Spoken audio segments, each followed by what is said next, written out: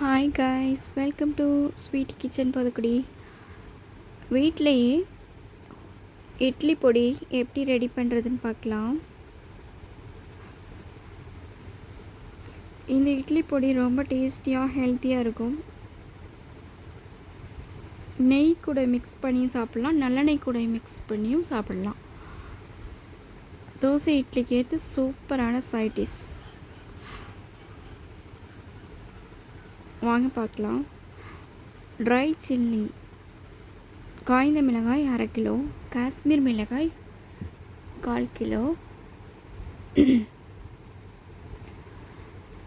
கடலைப்பருப்பு 1/4 கிலோ, மிளகு 100 கிராம், பூண்டு ஒரு 3/4 கிலோ, உளுந்து 1/4 கிலோ, கருவேப்பிலை கொஞ்சம் கூடுதலாகவே எடுத்துக்கோங்க. பெருங்காயம் ஒரு கட்டி அப்படியே முழுசாக எடுத்துக்கலாம். நல்லெண்ணெய் ஒரு 500 ml, எள்ளு ஒரு 50 கிராம். ஸ்டவ்வை ஆன் பண்ணிவிட்டு அடிக்கனமான பாத்திரம், அதாவது நல்லா அழுத்தமான ஒரு மொத்தமான பாத்திரத்தில் தான் நீங்கள் இதெல்லாம் ஃப்ரை பண்ணி எடுத்துக்கணும். ஃபஸ்ட்டு அரிசியை போட்டு ஃப்ரை பண்ணுறேன். நல்லா அரிசி பொரிஞ்சு வர வரைக்கும் கைவிடாமல் ஃப்ரை பண்ணிக்கோங்க. ஸ்டவ்வை மீடியமான ஃப்ளேமில் வச்சுக்கணும்.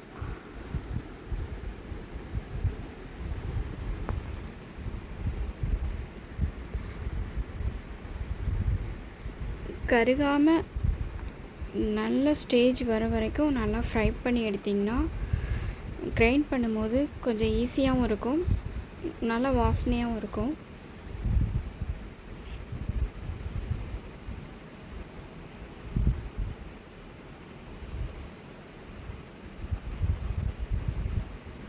அரிசி நல்லா பொரிஞ்சிட்ருக்கு பாருங்கள்.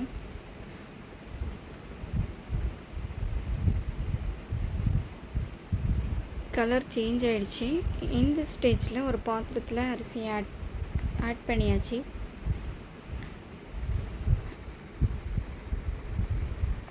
உளுந்து ஆட் பண்ணிவிட்டு அதே மாதிரி ஃப்ரை பண்ணுறேன்.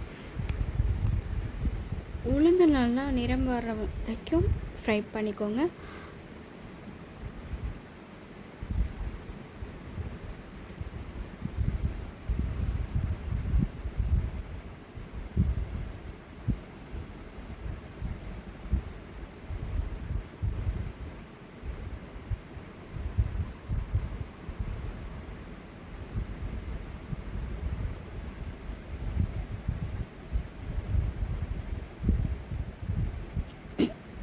கொஞ்சம் லேட்டாக தான் ஆகும்.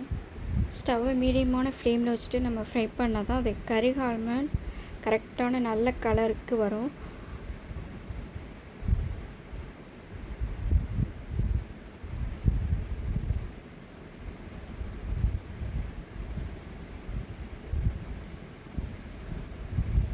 கலர் சேஞ்ச் ஆகிட்டு இருக்கு.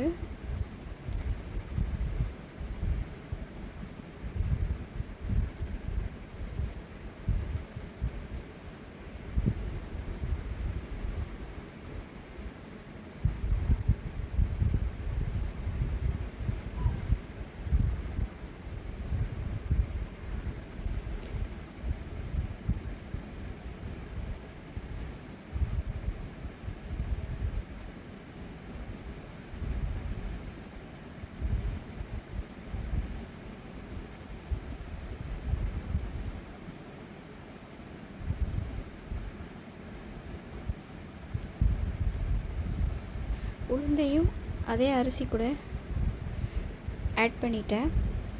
கடலைப்பருப்பு ஃப்ரை பண்ண போகிறேன். ஒவ்வொன்றையும் தனித்தனியாக வறுத்து எல்லாத்தையும் ஒன்றா சேர்க்கணும்.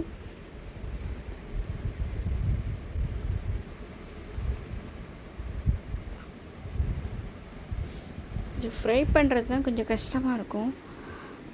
நீங்கள் 1 கப் 2 கப் செய்கிற அளவாக இருந்தால் ரொம்ப ஈஸியாக இருக்கும். ஆனால் இது கிலோ கணக்கில் செய்கிறதா இருந்தால் கொஞ்சம் கஷ்டமாக தான் இருக்கும்.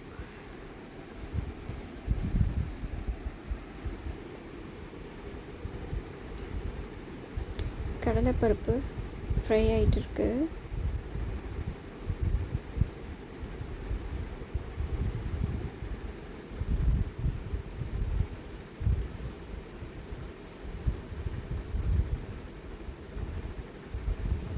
அதையும் இந்த அரிசி உளுந்து இது கூட மிக்ஸ் பண்ணியாச்சு.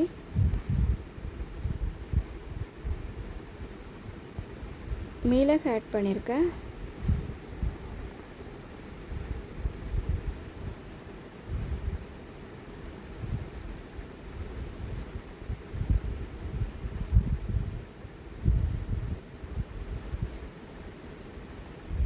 மிளகு ஒரு 5 மினிட்ஸ் ஃப்ரை பண்ணால் போதும்.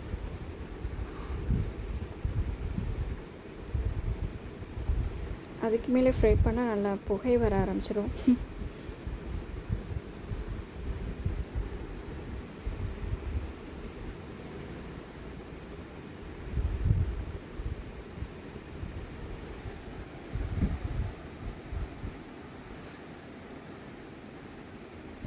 காரம் பிடிக்காதவங்க மிளகு ஸ்கிப் பண்ணிவிடுங்க.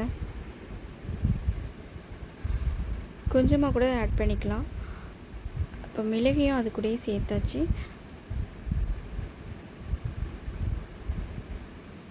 கருவேப்பிலை ஆட் பண்ணுறேன். கிலோ கணக்கில் நீங்கள் பொடி ரெடி பண்ணுறதா இருந்தால் கருவேப்பிலை கொஞ்சம் கூடுதலாக சேர்த்துக்கோங்க. நல்ல மணமாகவும் ருசியாகவும் இருக்கும்.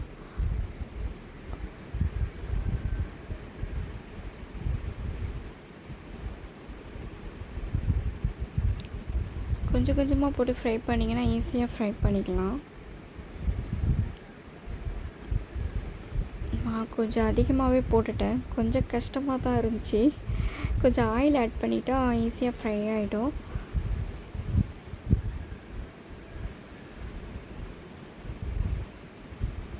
கருவேப்பிலையும் பூண்டும் ஃப்ரை பண்ணுறது தான் இதில் ரொம்ப கஷ்டம்.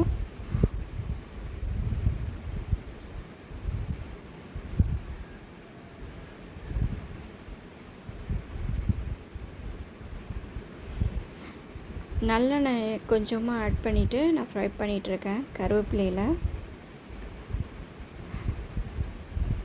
கொஞ்சம் கலர் சேஞ்ச் ஆகிருக்கு. இன்னும் நல்லா ஃப்ரை ஆகிட்டு தான் நம்ம ஆட் பண்ணணும்.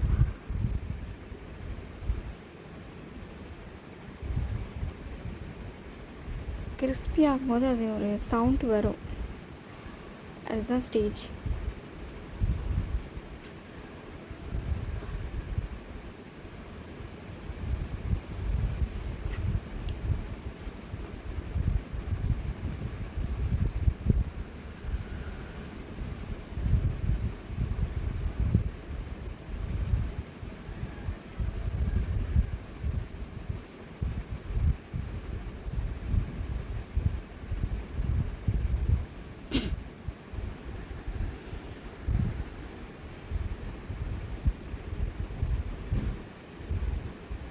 உங்களுக்கு ஸ்டவ்வில் பண்ணுறதுக்கு கஷ்டமாக இருந்தால் நீங்கள் மைக்ரோ ஓவனில் கூட ட்ரை ரோஸ்ட் பண்ணிவிட்டு கிரைண்ட் பண்ணிக்கலாம். ரொம்ப ஈஸியாக இருக்கும்.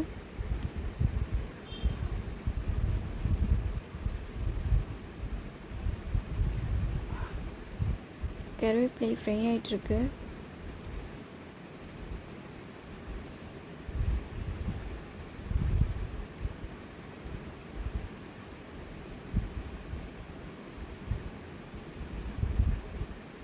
சலசலன்னு ஒரு சவுண்டு கேட்கும். அதுதான் இந்த ஸ்டேஜ்.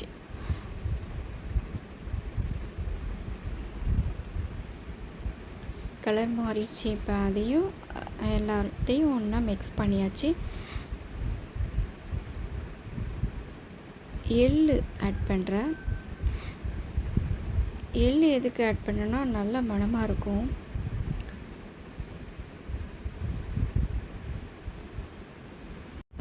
எள்ளு நல்லா வெடிக்குது.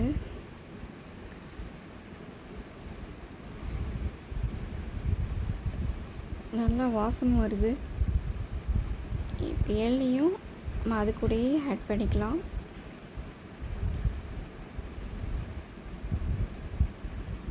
அடுத்தது பூண்டு ஆட் பண்ணுறோம். கொஞ்சம் நல்லெண்ணெய் ஆட் பண்ணிவிட்டு ஃப்ரை பண்ணால் ஈஸியாக ஃப்ரை ஆகிடும். கொஞ்சம் லேட்டாக தான் ஆகும்.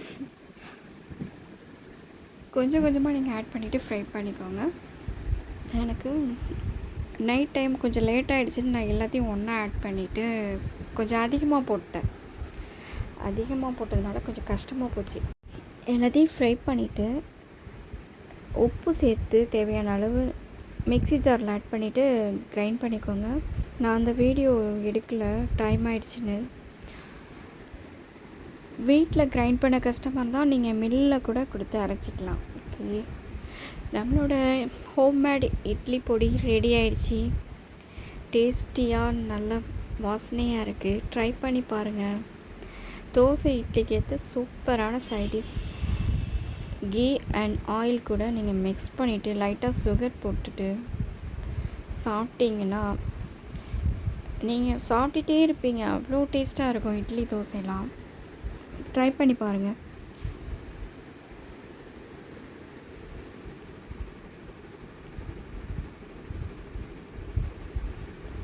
ரொம்ப காரமாக இருக்குன்னு நினச்சா காஷ்மீரி சில்லி ஆட் பண்ணிக்கோங்க, இல்லைன்னா அவாய்ட் பண்ணிடுங்க. ஓகே, ட்ரை பண்ணி பாருங்கள். ஷேர் பண்ணுங்கள் ஃப்ரெண்ட்ஸ் கூட. சப்ஸ்கிரைப் பண்ணுங்கள்.